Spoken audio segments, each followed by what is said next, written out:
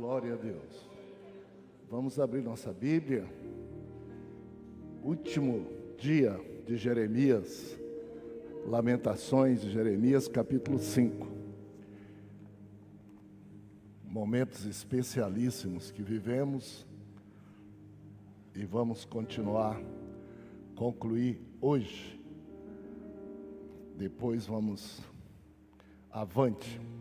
Nós estamos com 80% da Bíblia já estudada aqui. Há mais 2 anos e a gente conclui tudo nessa primeira rodada, para quem começou há 5 anos atrás. Depois não se perturbe, porque a gente vai rodar de novo para dar chance de você ter a alegria de toda a Bíblia ser estudada por você.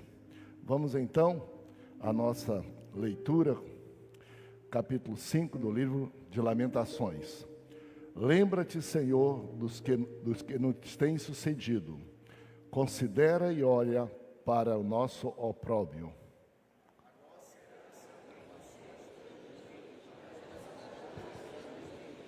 Somos órfãos, já não temos pai, nossas mães são como viúvas.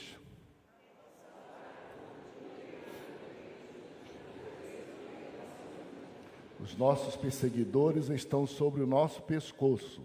Estamos exaustos e não temos descanso.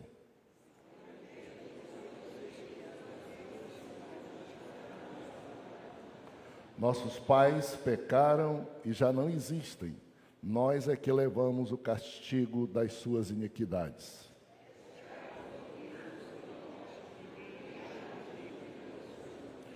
Com perigo de nossa vida, providenciamos o nosso pão por causa da espada do deserto.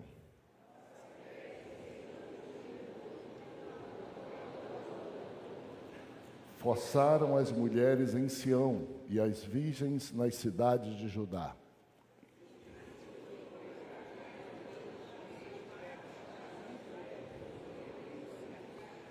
Os jovens levaram a mó. Os meninos tropeçaram debaixo das cargas da lenha.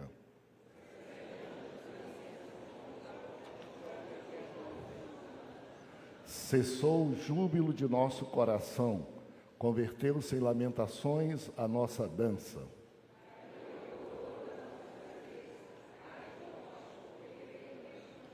Por isso caiu doente o nosso coração, por isso se escureceram os nossos olhos.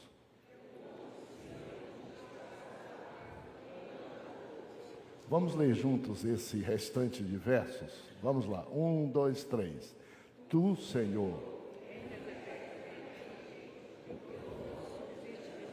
de geração em geração, por que te esquecerias de nós para sempre? Por que nos desampararias por tanto tempo? Converte-nos e seremos, renova os nossos dias. Por que nos rejeitarias totalmente? Por que te enfurecerias sobremaneira contra nós outros? Tome assento. Graças a Deus por estarmos aqui. Todos vocês, bota por vídeo aí das novas revistas. A partir de domingo, todo o material está disponível. Estou vendo ali, naquele balcão de atendimento diaconal, revistas que nós iniciaremos domingo, para você não perder nenhum dos momentos.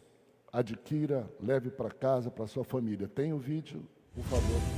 Chegou a nova revista da Escola Dominical, Filipenses, Colossenses, 1ª e 2ª Tessalonicenses, Cartas para a Vida Cristã, Lições para uma Vida Feliz em Comunidade e em Paz com Nosso Criador. Essa revista faz parte do Programa de Educação Cristã Continuada e está disponível nas versões para maternal, jardim da infância, juniores, adolescentes, jovens e adultos. Além disso, você também encontra a revista digital para tablet, celular e computador e a versão em audiobook, ideal para ouvir onde e quando quiser. Disponível nas melhores livrarias da cidade. Você não pode ficar de fora. Então, Se Deus quiser, domingo nós iniciaremos estudando Filipenses. E depois Colossenses, depois Tessalonicenses, depois 2 Tessalonicenses. 4 livros.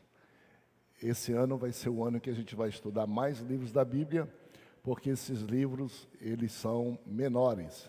Aí dá para a gente estudar todos eles. Melhor até do que esses livros mais longos, como é o caso de Jeremias. O material está todo disponível para adultos, para jovens, para adolescentes e para maternal, jardim da infância, juniores, de modo que toda a família tenha a oportunidade de estudar o mesmo assunto, o mesmo tema, a mesma parte da Bíblia. E é bom a gente fazer isso para os nossos filhos, netos mais novos, porque se eles viverem mais do que a gente, ao longo da vida, imagine, cada 10 anos eles repassarão toda a Bíblia novamente, aprofundando. Privilégio que eu não tive, você não teve, mas você pode dar ao seu filho, e a prova de que, no que depender de nós, do Deus também, a igreja dos próximos anos, das próximas gerações, será mais forte do que esta, que nós aqui estamos alicerçados na palavra de Deus, isso é o que fazemos. Chegamos ao final de Jeremias. E quando nós chegamos ao final de Jeremias, a primeira parte que está aqui respeita a Bíblia, a ordem dos capítulos da Bíblia, mas é como se fosse um resumo de tudo que nós já estudamos. Quando fala de Jeremias, a gente fala de lamentação. É o profeta do choro, é o profeta da prisão, é o profeta da cisterna, é o profeta do poço, é o profeta desprezado. Isso nós já fizemos. Mas por amor ao texto, como é o nosso caso, nós temos aqui um primeiro tópico que se refere ao capítulo 4. Se vocês perceberem, no capítulo 4, no capítulo 5, até aqui, nós temos ainda lamentações, lamúrias, choro, pelo estado caótico que ficou Jerusalém e toda Judá. Não sobrou nada dos muros, não sobrou nada do templo, não sobrou nada dos utensílios do templo, não sobrou nada dos prédios públicos, mais ou menos aquilo que nós estamos vendo acontecer em Gaza, de modo horrível naquele tempo, não é? O que estamos vendo acontecer em Gaza, que apesar de termos algum tipo de convicção bíblica, é inaceitável ver tanto sofrimento, tantos inocentes, tanta destruição, mais ou menos como está aquele povo. Que tristeza a gente vê vítimas, inocentes, crianças, que tristeza a gente vê as pessoas com a trouxa de roupa na cabeça, mandada para lá, mandada para cá. Parece que Israel quer descontar o que sofreu, não é? Mas não vale a pena, e nem precisa, logicamente nem precisa. E logicamente que nós estudamos ao longo de todo o tempo uma coisa que é bom que a gente mantenha. Deus deixa que a história puna nações que se afastam dele e nações que se lançam na iniquidade, no erro e no pecado. Mas Deus também cobra exageros de nações que, cumprindo aí uma missão sua, vamos dizer, política, histórica, elas exageram naquilo que fazem com outras pessoas, outros povos e outras nações. E nisso a gente fica assustado quando percebe, que nações ditas mais perto da Bíblia, mais cristãs, exorbitem naquilo que fazem em desrespeito a pessoas. Porque do alto do céu, Deus não vê nações. Ele criou céu e criou a terra e criou as pessoas. Para Deus, nós somos iguais, somos um só, o valor de todos nós é igual. A gente sabe que a definição de terras e nações não foi produzida por Deus, foi um fenômeno exatamente da vaidade, da usurpação humana, de querer ser juntos e eliminarem Deus e serem maiores do que Deus. E Deus deixou uma coisa que fez com que povos se identificassem de modo diferente, começando lá por Babel. O idioma começou a fazer diferença e as pessoas começaram a querer se olhar muito mais como povos dono dos outros. Então é muito difícil vermos o que está acontecendo perpetrado por nações que dizem ser cristãos ou que dizem ser bíblicas. Estou me referindo claramente à questão, sem entrar no mérito político só, né, as questões que estamos vendo aí, pelo menos de 3 guerras claríssimas que nós vemos no mundo de hoje. Existem muitas outras que a gente nem sabe, de nações contra nações. Essas são as maiores do mundo oriental, ou do mundo ocidental, oriental também. Então, aqui estão os lamentos e um título muito sugestivo para esses 2 capítulos, que é lamentação coletiva e oração confiante. Vamos então começar pela questão da lamentação coletiva, que tem aqui 2 tópicos nela. A lamentação coletiva vai do capítulo 4 até o capítulo 16, quando nós lemos juntos, quando eu pedi para lermos juntos, é o fecho de Jeremias e o modo diferente da nação judaica, do povo de Judá e do povo de Jerusalém se relacionar com Deus. O que felizmente todo o sofrimento, todo o processo de exílio, todo o processo de cativeiro produziu algum resultado positivo que fez com que os judeus passassem a reconhecer o seu estado de erro, seu estado de pecado, seu estado de necessidade, e reconhecer e voltar-se para Deus e pedir de Deus, orar na oração confiante, pedindo ao Senhor que restaurasse a comunhão que eles tinham, que Deus tinha com eles e eles com Deus, e por fim restaurasse também a sua terra.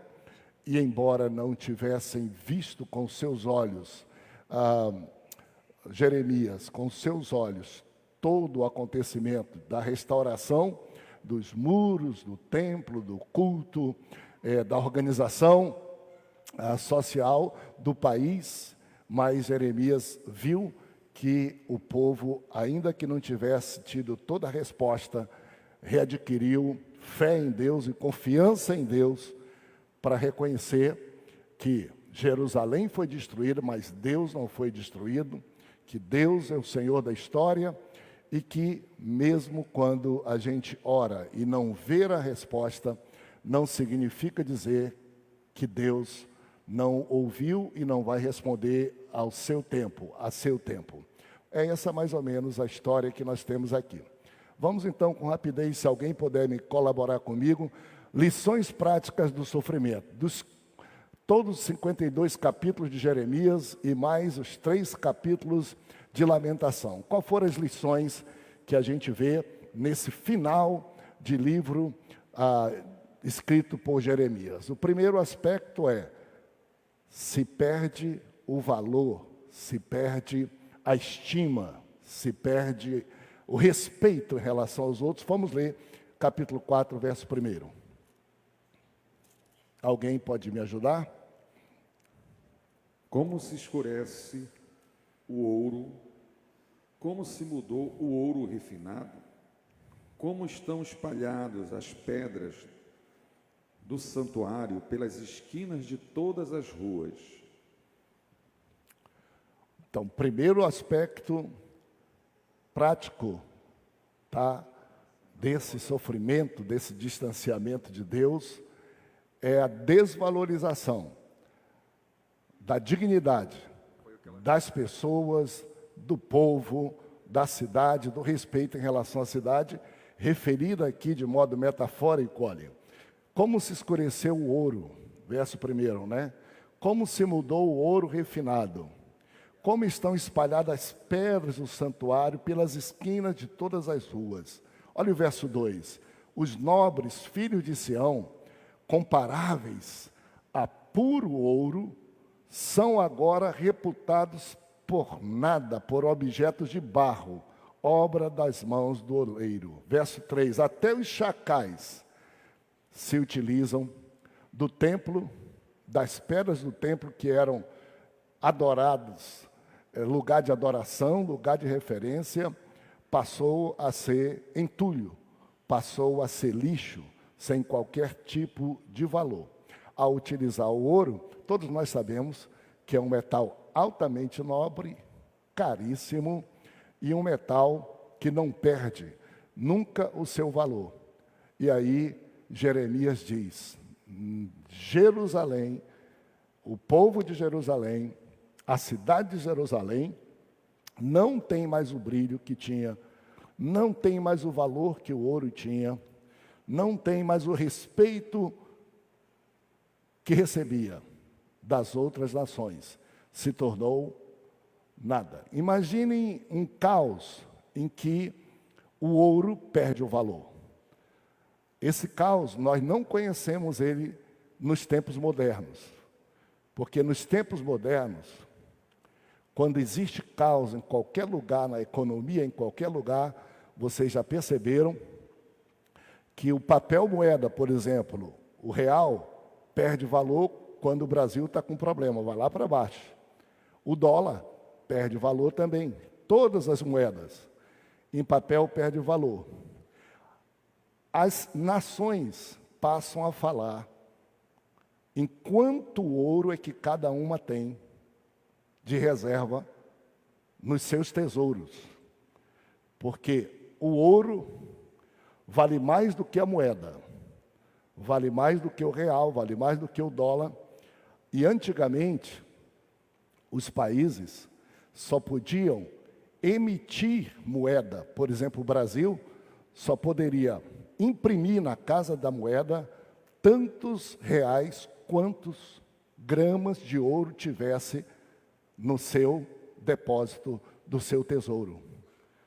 Antes de existir dinheiro, a troca era objeto por objeto, grama de ouro por grama de ouro. Ainda hoje, há pessoas que negociam dessa forma. Lá no interiorzão do Amazonas, fui pastor muito tempo lá, sabe como é que era que eles negociavam? Farinha, quilo e saco de farinha, porque era uma região onde existia muita farinha, e eles negociavam farinha. Os comerciantes, no tempo que a moeda estava muito volátil no Brasil, o Tacafaz era um crente nosso lá, que ele tinha um flutuante, 3 flutuantes, aliás, era o maior atacadista de farinha. Ele não negociava com dinheiro. Quem comprava, ele tinha um motor, um barco. Ele dizia assim, me paga 100 sacos de farinha, porque ele sabia que o saco de farinha manteria o valor, ainda que o dinheiro se desvalorizasse. O ouro é o que há de mais seguro ainda para os homens hoje ainda, para as nações, para os tesouros. Quanto de ouro, quanto existe de lastro, ainda quando o dinheiro não vale.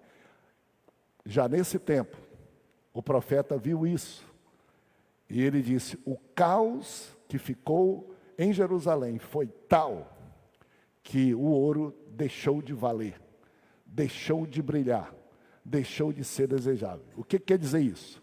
Quer dizer o seguinte, tinha até ouro, mas as pessoas passavam fome, porque não tinham o que comer. E quando você tem ouro, mas não tem o que comer, comida vale mais do que o ouro. Você pode pegar e dizer assim, eu tenho um bom peixe, nosso aqui não é o melhor deles, a pescada amarela e o nosso filhote, eu tenho filhote para você comer. Você não tem. Eu te vendo 1 quilo de ouro. O cara diz assim, 1 quilo de ouro é roubalheira. Está muito caro. Filhote não vale 1 quilo, não vale nem 1 grama de ouro. Ele diz, mas eu só te vendo se for por isso. O cara diz, que me adianta o ouro que eu não posso comer e o peixe que pode me saciar a fome, e o ouro passaria a valer menos do que 1 quilo de farinha ou 1 quilo de peixe. Esse era o estado de caos, de desânimo. Desânimo. Ouro, o templo, que as pedras do templo, até hoje, o que ficou do templo de Jerusalém destruído, hoje chama-se Muro das Lamentações. É o lugar mais sagrado que existe para o povo judeu, e lá em Jerusalém, o lugar mais sagrado. Nessa ocasião, não valia absolutamente nada. Perdeu-se toda a referência. Esse era o caos que existia. Então, quando se perde o valor? As pessoas desanimadas, não havia nenhuma referência de valor, não havia nenhuma alegria, não havia nenhum brilho. Segundo lugar, como já dissemos, uma das consequências de distanciamento de Deus, uma das consequências de total desobediência, desordem na sociedade, é a fome. A fome, o abandono e a ruína. Vamos ver o verso 4. A língua da criança que mama fica pegada pela sede. Ao céu da boca, os meninos pedem pão, e ninguém há que lhe dê. Olha a dramaticidade descrita por Jeremias, inspirado por Deus. Qual era a situação, o verso 4? Indo para o verso 3, para você entender melhor. Até os chacais dão o peito, dão de mamar a seus filhos, mas a filha do meu povo tornou-se cruel, como um avestruz no deserto. A língua da criança que mama fica pegado pela sede ao céu da boca, grudado, sede, sede. Os meninos pedem pão, ninguém há que lhe dê. Os que se alimentavam de comidas finas desfalecem nas ruas. Os que se criaram entre escarlates se apegam aos montes, porque maior é a maldade da filha do meu povo do que o pecado de Sodoma e Gomorra. Os seus príncipes são ruivo, mas perderam a sua formosura. Escureceu-se o aspecto e ficaram como fuligem, não conhecidos nas ruas. São pele que lhes pegou aos ossos. E vai para frente, descrevendo, olha o verso 10. Olha o verso 10. As mãos das mulheres, outrora compassivas, serviram de alimento na destruição da filha do meu povo. Deu o Senhor cumprimento à sua indignação. E mais à frente, a descrição. As mãos e os peitos que amamentavam as crianças, mataram as crianças para se alimentar. Nesse caos tão horrível, a fome foi tal que a comunidade se reunia, está descrito na Bíblia, e decidia qual a criança de qual família seria tornado alimento para a comunidade toda. Então, quando se perde referência, quando se afasta de Deus, todas as coisas são possíveis. A selvageria toma conta do ser humano, vale quem tem força, vale quem quer mais, vale quem quiser. E em Israel ficou sem referência. Quando os líderes também faltam. Em todo tempo falharam os líderes, incluindo a Bíblia fala, 3 classes principais eram profetas, eram os sacerdotes e eram os reis, que poderiam de algum modo ainda tentar estabelecer a ordem do povo que ficou naquele caos. Mas a desordem foi tal que os líderes, tanto seu comportamento provocou essa situação, quanto nesta situação eles desapareceram, perderam toda a sua autoridade e a desordem passou a mandar por falta também de liderança. Vamos ler o verso 13? Foi por causa dos pecados dos seus profetas, das maldades dos seus sacerdotes, que se derramou no meio dela o sangue dos justos. Verso 13, então, por causa do pecado deles. E depois, eles ficaram como nada, sem valer nada. Bom, a história ela se repete muito, e a gente tem que ter muito cuidado quando compara a história, mas vocês já perceberam, né? Que a necessidade de autoridade em qualquer sociedade plural, onde existe mais de uma pessoa, é necessário a existência de quem lidere. Isso é fato em qualquer lugar do mundo. Portanto, a instituição, autoridade ou liderança, ela é sinônimo de se estabelecer possibilidade de convivência entre pessoas que pensam diferentes. E a Bíblia e Deus fala muito sobre isso, principalmente o Novo Testamento. Às vezes as pessoas não entendem e confundem a autoridade com o indivíduo que está exercendo aquela autoridade naquele tempo. E Deus não poupa nem líder, nem pastor, nem sacerdote, seja quem for. Quem peca responderá com responsabilidade individual e pessoal. Quando é líder, é requerido dele ainda mais. Fora a responsabilidade pessoal, é requerido dele a responsabilidade da liderança em relação a todo o povo. Tem gente que quer se investir de ser líder, não sabe, mas é uma responsabilidade dobrada. Eu não tivesse servindo essa igreja como pastor, responderia por mim. Eu, servindo essa igreja como pastor, eu respondo por mim e respondo por todos os meus gestos e atos em nome dela, em relação a ela, no que eu faço por ela. Não há privilégio só, nenhum, nem outro privilégio só. No mundo de hoje, as pessoas confundem isso. E às vezes nós evangélicos somos levados a nos insubordinar contra a autoridade ou contra poderes constituídos. Nós poderíamos até pensar que em determinadas circunstâncias, indivíduos investidos de autoridade não correspondem, não dignificam a autoridade que estão exercendo. Por exemplo, nós mudamos presidentes de república. Tem um que é melhor, tem outro que é pior, depende da cabeça das pessoas, porque tem uns que são horríveis, mas se você gosta, você acha que ele é o melhor, e isso é uma confusão maluca. Entra um, sai outro.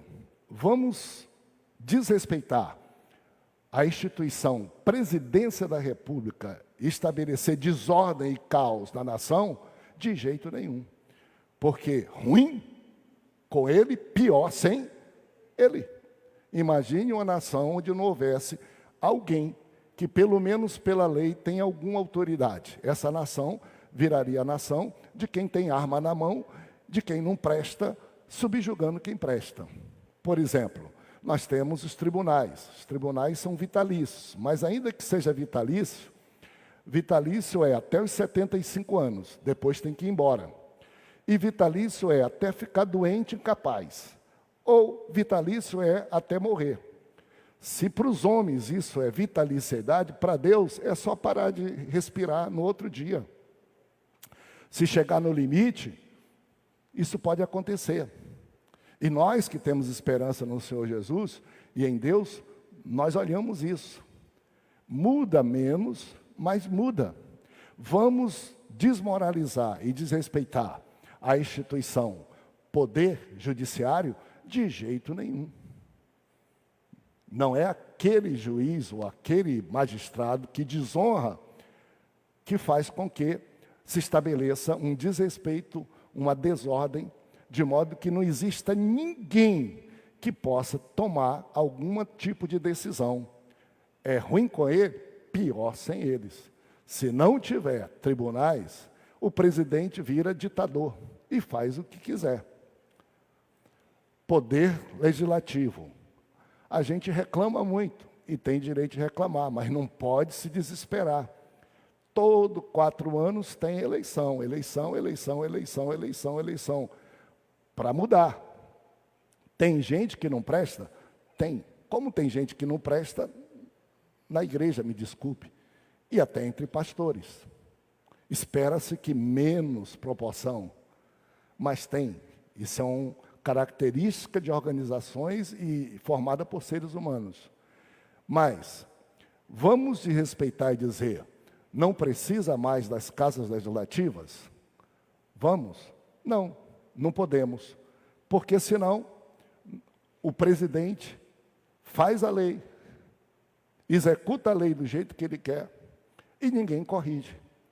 Então, lamentavelmente, mas assim é o ser humano. Só Deus, Isaías disse, o Senhor é o nosso legislador, o nosso juiz e o nosso rei, porque Ele tem características de justiça, de amor, que não dão margem para a gente duvidar das motivações deles. Foi organização humana? Não pode ser na mão de um homem só.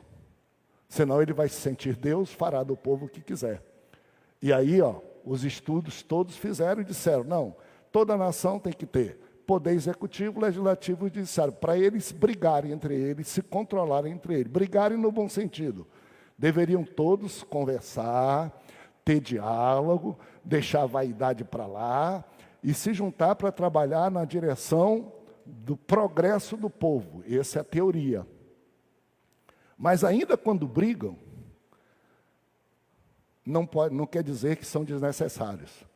Quer dizer que os indivíduos estão fazendo errado, mas ainda assim se controlam.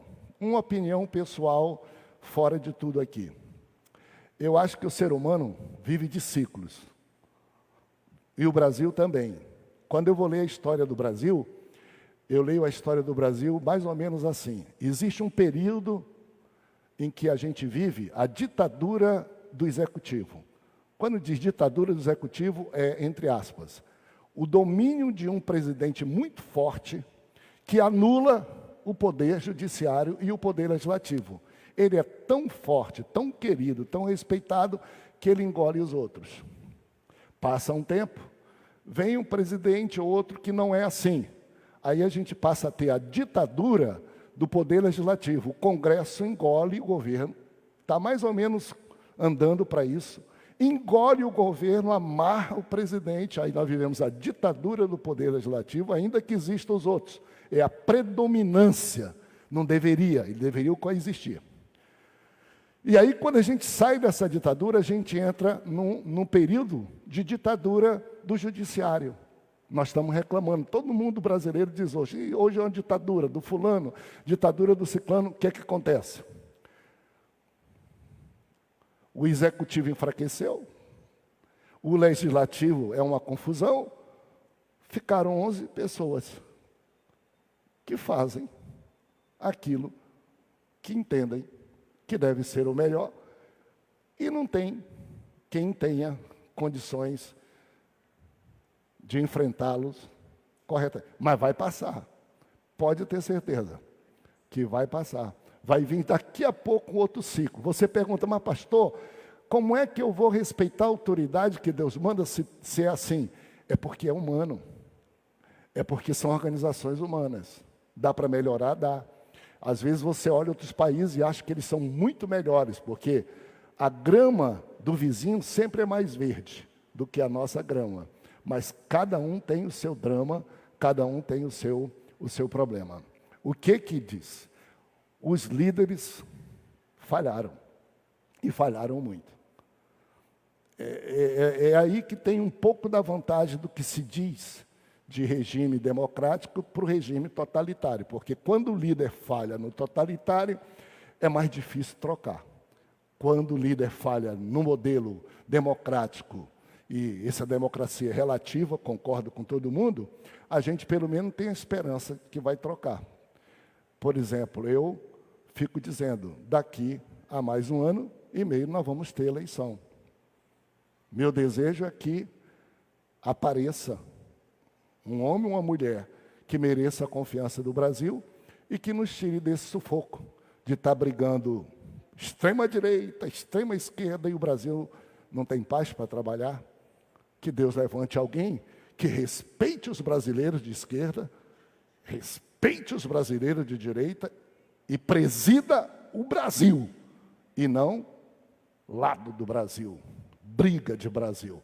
Porque presidente não é para assodar intriga e divisão entre o povo, é para respeitar e trabalhar pela unidade da terra e do país onde ele está. Se isso vai acontecer, oremos ao nosso querido Deus.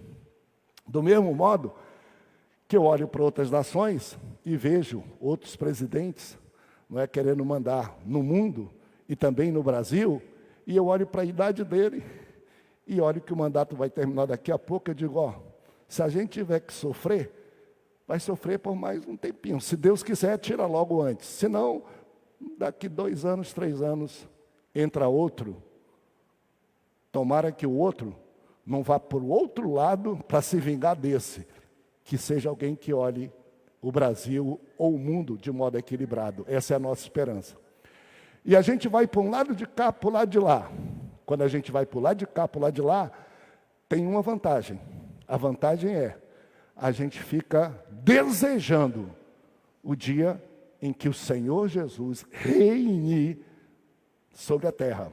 E seja o nosso rei no céu, quando aí não há filho do homem para que se arrependa, sombra de variação, mas a estabilidade que vai existir, que só existe em Deus e em Jesus. Por isso Jesus disse, eu sou o mesmo ontem, hoje e sempre. Homens não podem dizer isso. Homens mudam do dia para a noite. Então falharam. O lamento coletivo, a diferença aqui do lamento que nós estamos estudando hoje, é essa palavra coletivo. Porque até aqui, só quem se lamentava era Jeremias. Ele se lamentava, ele profetizava, ele advertia, mas os líderes, os reis, o povo e até mesmo os sacerdotes não davam a mínima para ele. Aí o povo foi levado cativo, se destruíram as famílias, se destruiu o templo, destruiu o culto, destruiu o muro, destruiu a nação, destruiu as esperanças, as crianças foram feitas escravas, tudo mais. E ao longo dos anos de exílio, o povo começou a perceber e ter saudade do tempo que era uma nação, que tinha um território, que tinha um templo para cultuar a Deus, que tinha uma organização e estrutura de Estado que foi desarrumada e se tornou num caos, e não sabia mais por onde começar. E aí, por onde é que começaram? O lamento coletivo. Primeiro, verso 1, pode ler, por favor? Lembra-te, Senhor, dos que nos têm sucedido. Considera e olha para o nosso opróbrio. Olha só, isso aqui é um ponto de mudança. O orgulho cede lugar ao clamor e à oração. A desobediência, começando, lembra-te, Senhor, do que nos tem sucedido. Considera e olha para a nossa vergonha. Considera e olha para o nosso opróbrio. Considera e olha para o nosso sofrimento. Olha o verso 2, a nossa herança passou a estranho, as nossas casas a estrangeiros, somos órfãos, não temos pai, não temos líder, não temos mãe, somos como viúvas. E aí a nação começou a pedir socorro de quem desprezou, de quem não queria obedecer, de quem se insurgiu contra.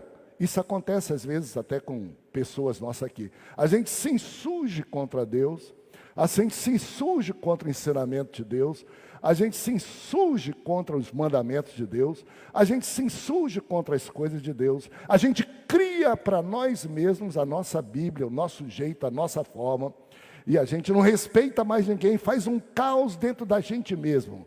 Desrespeita a autoridade, desrespeita o líder, desrespeita o pastor, se merece respeito, desrespeita o pai, desrespeita a família, desrespeita a esposa, desrespeita nos negócios e quer usar de sabedoria demais e se descontrola todo. Eles não sabiam, não tinham referência. Qual foi o caminho que eles encontraram? Foi: lembra-te de nós, Senhor. Olha só, lembra-te o que nos tem acontecido. Considera e olha para a nossa vergonha, para a nossa destruição. Em outras palavras, tem misericórdia. Ou seja, o lamento todo, o sofrimento todo, nesse ponto, começou a produzir efeito. Aquilo que a gente diz, quando chega no fundo do poço, a gente desperta. Aquilo que a gente diz, aqui está acontecendo o que nós estudamos no domingo passado, no capítulo 3, verso 19. Quero trazer à memória o que me pode dar esperança.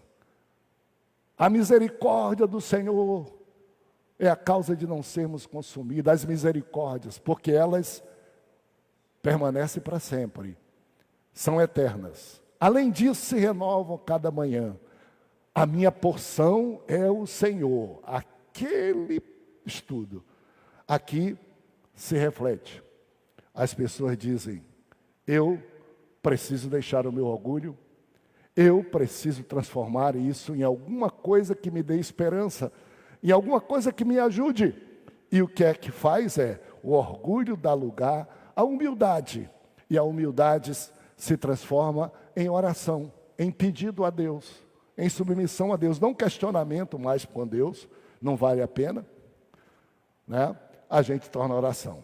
Em segundo lugar, vejam o lamento que foi coletivo. Atenção para isso. Antes era só Jeremias, agora se tornou geral, reconhecimento geral. E isso é muito interessante. O lamento dos jovens e velhos, por favor. Caiu a coroa da nossa cabeça, ai de nós.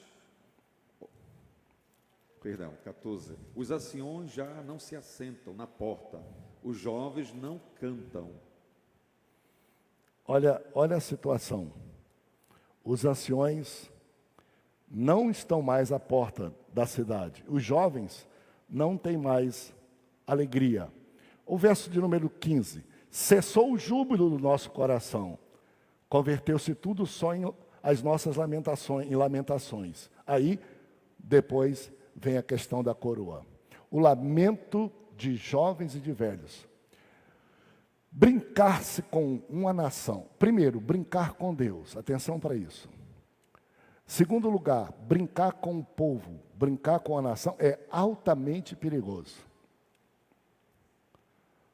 De vez em quando eu olho a irresponsabilidade de presidentes e de pessoas que brincam com o povo, que insuflam o povo, que mentem para o povo. Por quê? Porque chega uma hora que perde-se o controle. Que o povo se insurge e toma justiça nas próprias mãos. E faz aquilo que nem quem começou pensando que ia dar em outro fim, imaginou, acabou o controle. O próprio povo toma a responsabilidade de si. Se o líder não tomou, se a autoridade não fez, o próprio povo faz. É muito arriscado a gente brincar com tecidos sociais. Imagine aqui com a igreja. Eu brincar, de algum modo, sem responsável com a igreja. Utilizar, dizer ou fazer ou brincar, e daqui a pouco perde-se o controle de tudo, e aí salve-se quem puder. Tanto quanto governos também. Por quê? Porque atinge toda a sociedade. E atinge até os mais frágeis. O que o povo aqui sentiu, o lamento? Ele começou a sentir saudade. Saudade daquilo contra o qual se insurgiram. Eles se insurgiram contra a autoridade representada pelos mais velhos que ficavam na porta das cidades. Não há mais conselho na porta das cidades. Os idosos, os mais experientes, é quem resolvia os problemas da sociedade.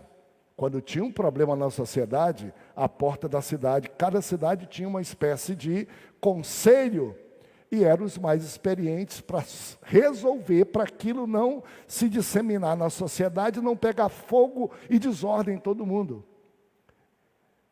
Eles procuraram lá no exílio, não encontraram isso. Quase sempre, quando a gente está em momento duro e difícil, a gente procura um lugar seguro para nos dar direção. Não encontraram. E quando a gente não acha esse lugar seguro, a gente procura um lugar alegre. Um lugar alegre.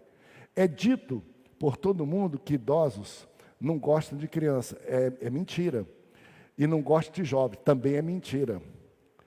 Porque se há uma coisa, quando a gente vai chegando no final da vida, que vai ficando mais quieto no seu lugar, é quando a gente está querendo entrar em depressão, em tristeza e tal, a gente traz os netos. Vamos ali com os jovens. Ontem eu estava no congresso dos jovens. No congresso, eu não perco da criança, do jovem, de nada. Eu já vivi esse tempo todo. Mas eles trazem vida, trazem alegria. A sociedade estava num caos tal que se ia na porta não encontrava conselho, e se chegava as crianças, os jovens, não havia sorriso, não havia alegria, não havia cântico, não havia louvor. Imagine essa sociedade. Imagine só, tem pessoas que na igreja se incomodam com as crianças. Eu sempre digo, tragam criança para a igreja. Houve um tempo que se uma criança corresse no meio da igreja, eu vi o pastor dar carão assim de cara e o pai nunca mais voltar. A gente tem nossas salinhas, tem tudo aí. Eu não sei se vocês já perceberam. Logicamente que a gente não gosta de desordem e os pais têm que cuidar um pouco. Mas se uma criança num culto correr, fizer uma gritada por aqui, eu digo, olha essa criança louvando a Deus aí. Vou lá, dou um abraço nela, espero o pai chegar, porque eu digo, encham a igreja de crianças. Senão a igreja morrerá, só com velhos. Ah, o jovem tem problema, é impetuoso, às vezes é alguém que tem menos temor de Deus. Não é verdade, porque não é por ser jovem que é diferente nesse aspecto. Mas poderia ser preferível jovem, fraco, na igreja, do que forte lá fora na igreja. Só existe um lugar para o jovem, perto de Jesus e perto da igreja.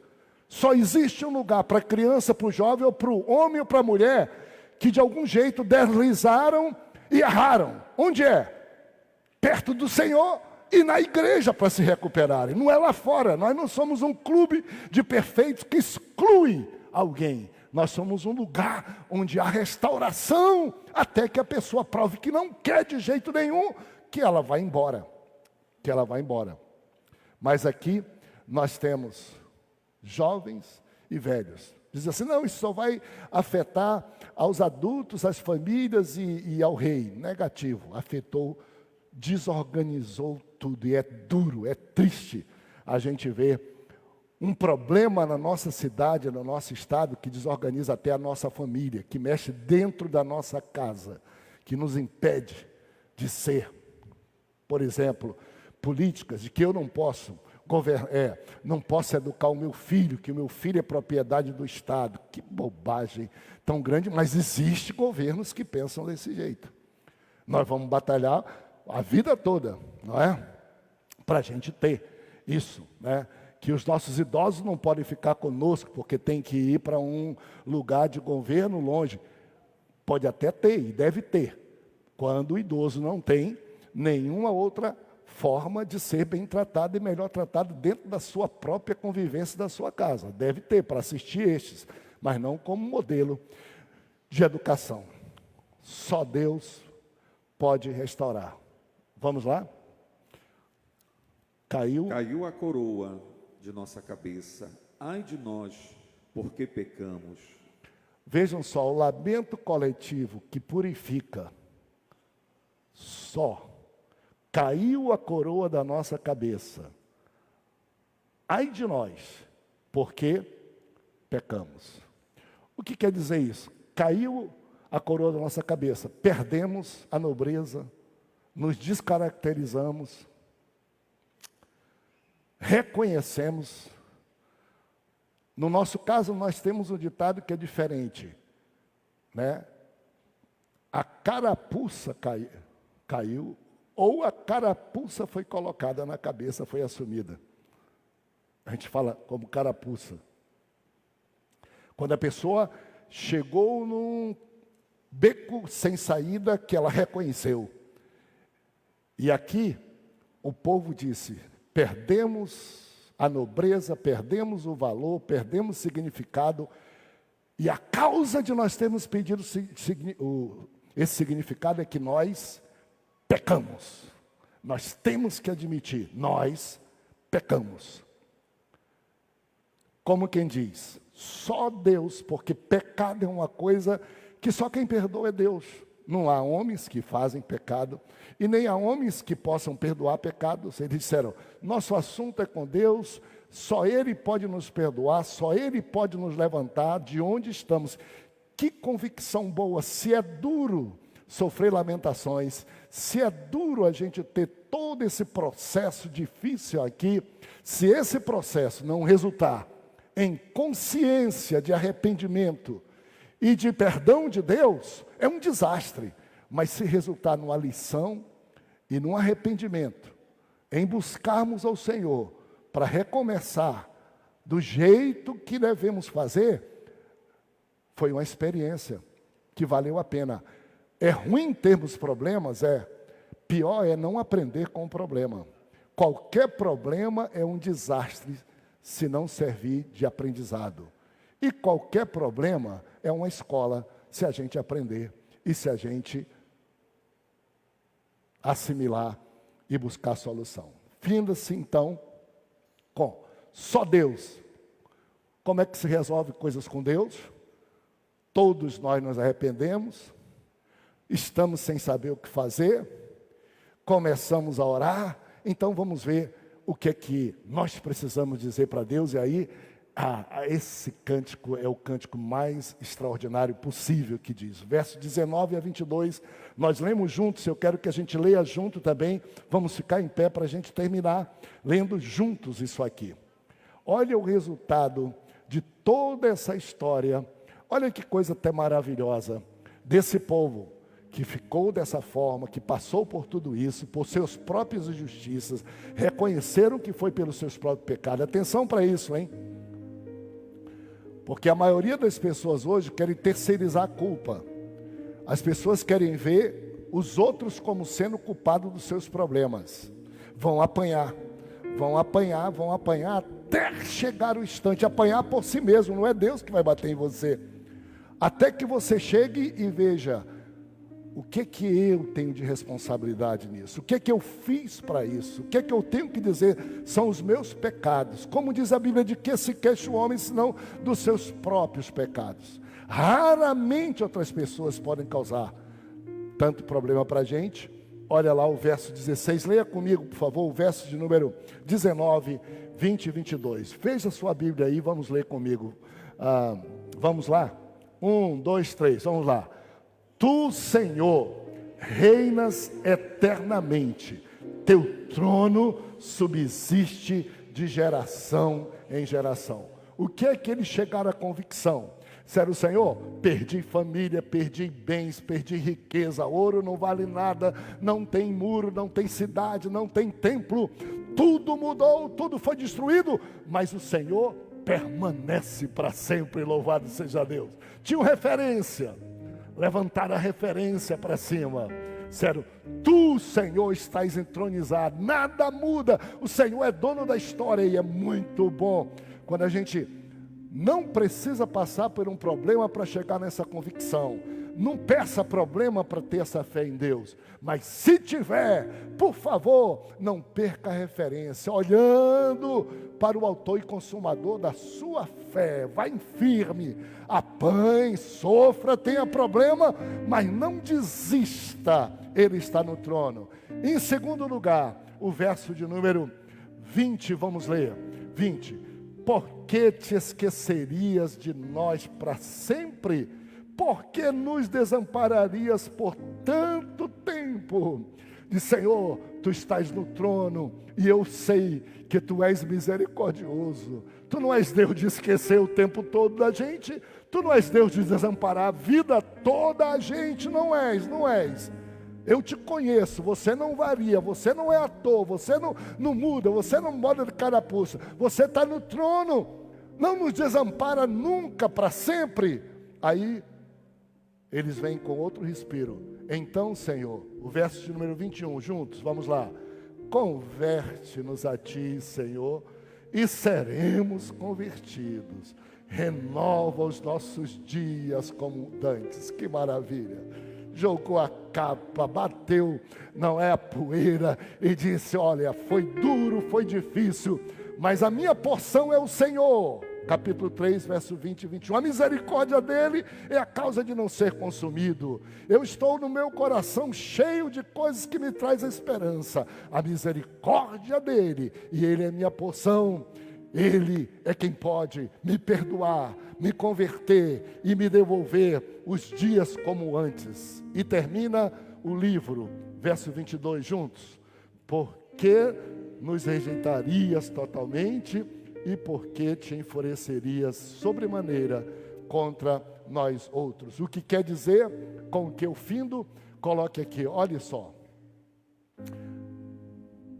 A fé de um povo que era idólatra, imoral, injusto, inconsistente, se tornou tão purificada, que termina a sua oração com uma pergunta e o livro encerra com uma pergunta, com interrogação, sem ter as respostas ainda, senão a resposta de quê?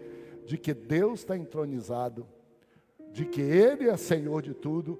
Mas quem orou aqui, o livro não fala de resposta. O que significa dizer que quando a nossa fé está provada, nós estamos num ponto correto, nós oramos ainda sem resposta. Porque a resposta para uma oração sem resposta é continuar orando, porque a resposta virá. A resposta virá. A resposta será certa. Atenção, a ausência de resposta de oração não pode ser confundida com a ausência de Deus.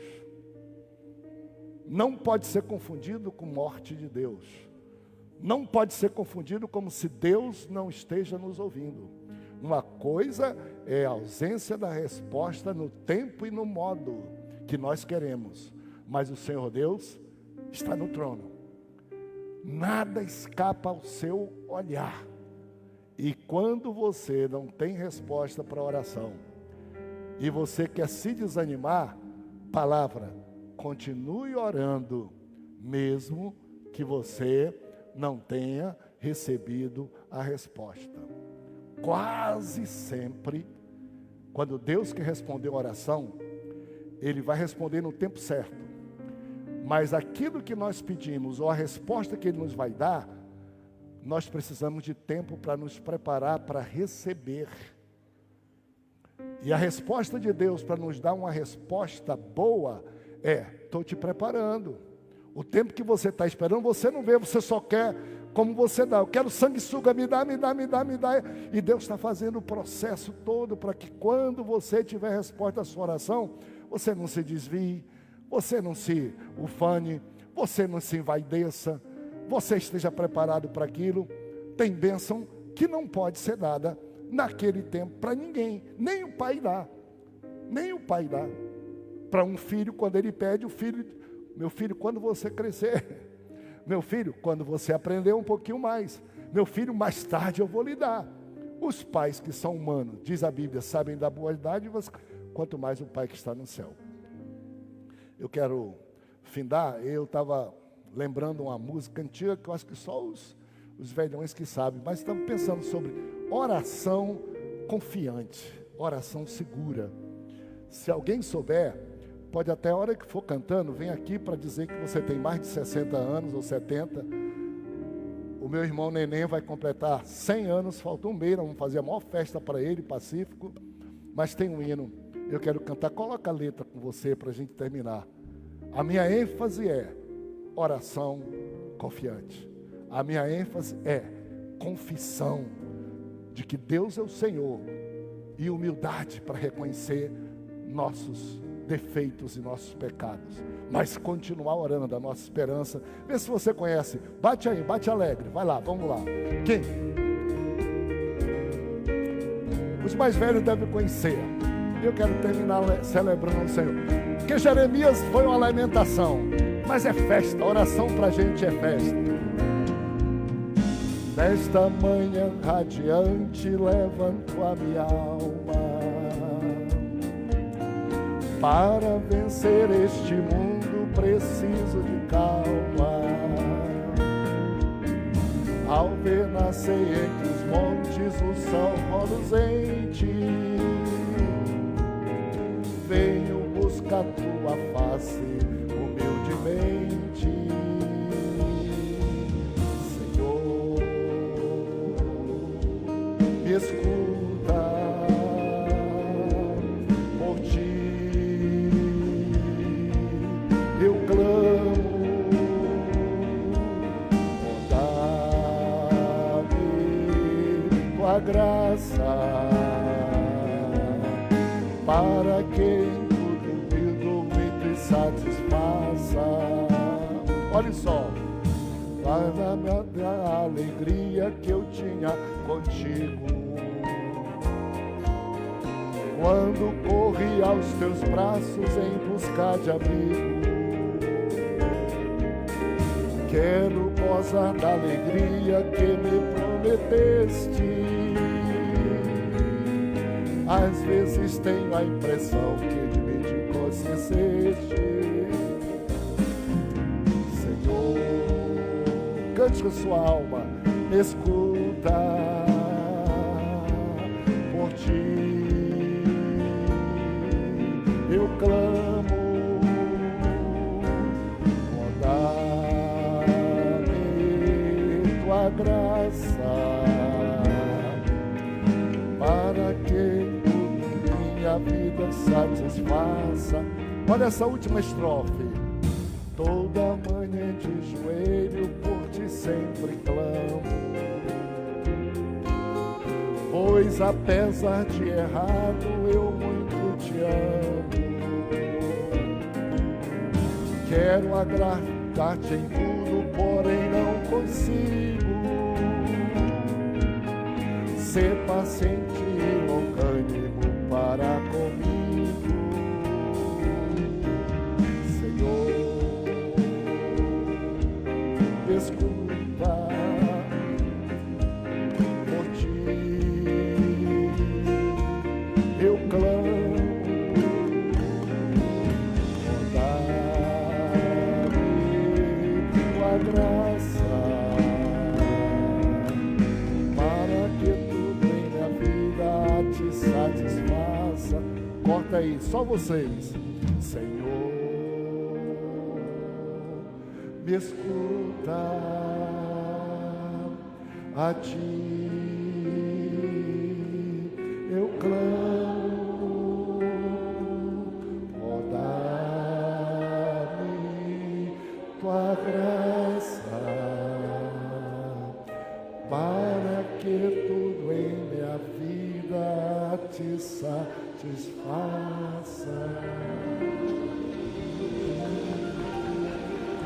Aleluia. A nossa vida diária é muito parecida com o livro de Jeremias.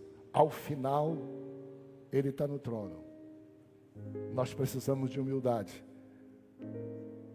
para confessar nossos pecados. A Bíblia diz: se o meu povo que chama pelo meu nome se humilhar, orar, me buscar, se converter dos seus maus caminhos, então eu ouvirei do céu, perdoarei os seus pecados e sararei a tua terra. E a Nosso arrependimento tem que ser pessoal, mas nós temos que orar pela igreja, pelo pastor, pelos irmãos crentes, para que o arrependimento também se torne de todos, não só de uma pessoa. Não só de uma pessoa. Vocês lembram que nós estudamos, e o Senhor disse para Jeremias: Jeremias, ainda que Moisés e Samuel, os dois maiores intercessores da Bíblia, estivessem no meio desse povo, eu não os ouviria. Eles salvariam apenas suas próprias vidas, que é necessário todos, não pode ser pela igreja. A igreja. Tem crente que tem uma facilidade de dizer: a igreja está fria, a igreja está não sei o quê. Dá uma olhadinha no seu coração, começa por você, está aqui em você, e vá pedindo para Deus avivar toda a igreja. E por favor, qualquer lamentação, qualquer tristeza, não deixe que essa tristeza lhe abata e lhe mate. Não foi isso que aconteceu no final com o livro. Paulo disse assim: porque há tristezas que servem para a morte, mas a tristeza, segundo Deus, produz vida. Duas coisas diferentes. Quando você está na luta, aflição, angústia, você tem duas coisas: ou essa vai lhe matar definitivamente, ou você vai transformar isso em comunhão com Deus, em oração a Deus, em humildade a Deus, e essa tristeza vai te produzir vida. Parabéns todos vocês, irmãos amados. Vamos sair desse dia cheio da graça de Deus. Se tiver alguém que precisa receber Jesus como Salvador, eu quero orar contigo. Alguém que precisa de arrependimento e reconciliação, eu quero orar com você. Em qualquer lugar dessa nação. E aqui, se tiver alguém, você pode levantar sua mão, porque nós vamos orar com você. Saia daqui animado. Saia daqui dizendo: está doendo, mas o Senhor está no trono. Está doendo, mas eu sei que eu tenho fragilidades, mas que o Senhor tem misericórdia de mim. Santo Deus, nós entregamos a Ti essa jornada, através de 52 capítulos, ó Deus, de Jeremias e mais 5 de Lamentações. Nós estamos aqui, Senhor, para caminhar a jornada. Por favor, usa esta mensagem gravada dentro do nosso coração. Não nos deixa, Senhor, de jeito nenhum, ó Pai. Deixar sair, entrar no ouvido e sair no outro ouvido. Pode vir, pode chegar, pode vir, pode vir. Não deixa, Senhor Deus. Deus te abençoe, meu irmão querido.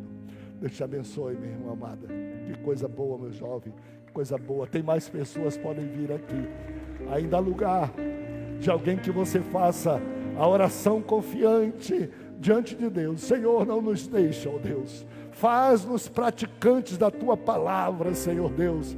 Que esse tempo de Bíblia possa ter nos tornado mais fiéis a Ti, mais fortes, mais resistentes, ó Deus. Abençoa nosso país, o Brasil. Tenha misericórdia da nossa nação, Senhor. Perdoa a idolatria, perdoa, Senhor, a corrupção. Perdoa, Senhor Deus, nós te pedimos a violência, Senhor. Dás arrependimento, começando pela Tua igreja, que somos nós que aqui estamos. Guarda a Tua igreja em Belém, guarda meu irmão, guarda a minha irmã, guarda nossas famílias, ó Deus bendito, e nos dá um grande avivamento da vida e de comunhão contigo, a essas duas vidas que aqui estão, Senhor. Eu te peço que saiam daqui renovados, que saiam daqui cheios da Tua presença, da Tua graça. Salva Belém, Senhor, salva o Pará, salva o Brasil, salva as famílias. Guarda, Senhor, no nome de Jesus. E os que assim creem, eu digo glória a Deus. Deus te abençoe.